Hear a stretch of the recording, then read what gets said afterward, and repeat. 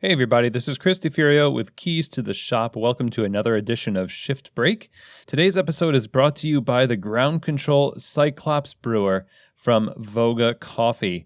The Ground Control Brewer is basically the next step in the evolution of the coffee brewer. It really is revolutionizing batch brew coffee and much more. The SCA award-winning technology allows you such an amazing degree of control over what you extract from your coffee. You won't believe some of the flavors that you actually unlock from it. It will absolutely blow your mind.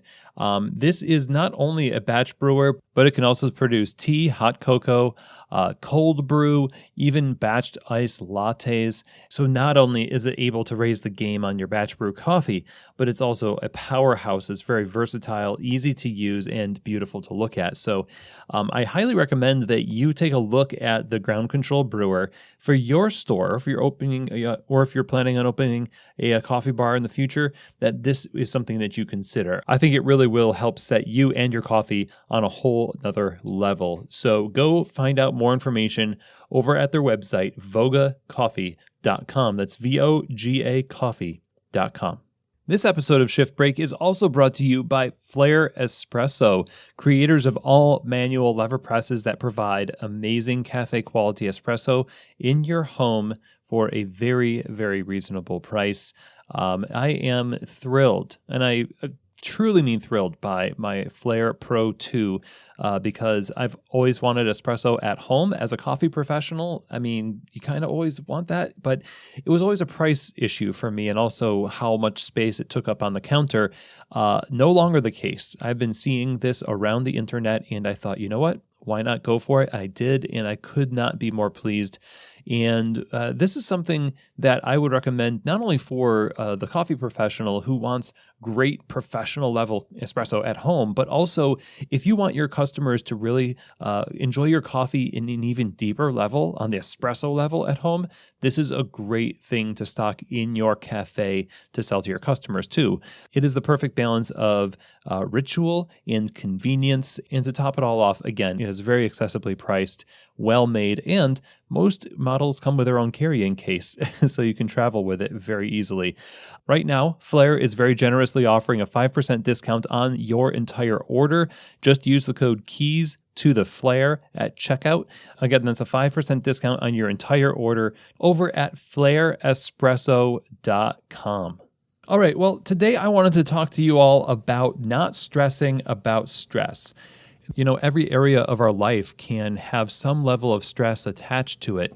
And when it comes to the cafe, it's easy to see all the tasks that come up, especially during this time of crisis through COVID and social unrest, that there is a lot of stress for what's going to happen to my business. What does the future look like? And that stress is something that we want to get rid of. We don't enjoy stress very much because we associate it with being a wholly negative emotion. And I want to challenge that a little bit. And I'm inspired by a TED Talk given by psychologist Kelly McGonigal, who essentially was talking about how stress can be pivoted to produce motivation and even excitement. This is something that I've used when I get to present publicly at Coffee Fest or during a conference of some kind when I do speaking engagements. I think we all get nervous. There's some people that maybe don't, but I certainly can get nervous because I want to do a good job. I want to remember everything I had to say. I want to perform well. And what this TED Talk really focused on was that stress can be redirected to create excitement. It's not that you're dreading what's going to happen. It's just that your systems are starting to rev up and prepare you for the task at hand, not inhibit you from performing the task that you're needing to perform. So once you reframe it as, no, I'm not stressed, I'm excited, or I'm motivated, it's kind of a mental trick to reassign values to something that we've traditionally been told is a negative thing. So in a time where stress is just the low-hanging fruit that is so available to us, it is really important for us to look to how we can redefine it to our advantage. So let's give some examples when we're talking about If you're stressed out about having to find a position for somebody that's recently put their 2 weeks notice in, they graduated, this is really not the time that you want to be looking for staff. You wish you could just have a team that would just stick around. But this is the nature of the beast, right? This is how coffee shops work. There's turnover. And you are stressed out because you just want to make sure that you get that shift covered. You want the team to be complete. And frankly, you just don't have time to cover the shifts yourself. And so it's easy for us to take that stress and you try to get rid of it as fast as we possibly can. And one of the ways that we do that is we end up hiring as fast as we can. Anything that stress kind of influences becomes a hurried decision. It becomes a race to try to, get away from the stress.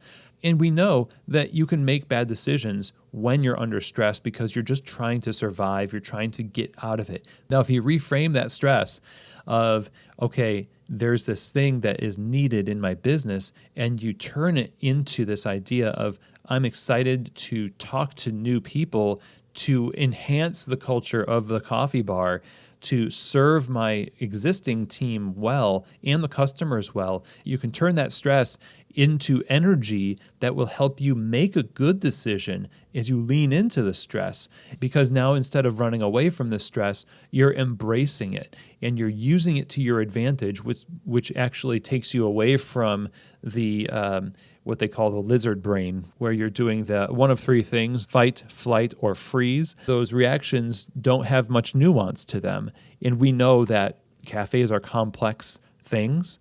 And when we're making decisions that have really big implications, we need to make nuanced decisions. We need to have our wits about us. And so when we take command of the stress and use it to our advantage that way, then we find we can make better decisions because we aren't running. We're not in fight or flight or freeze mode.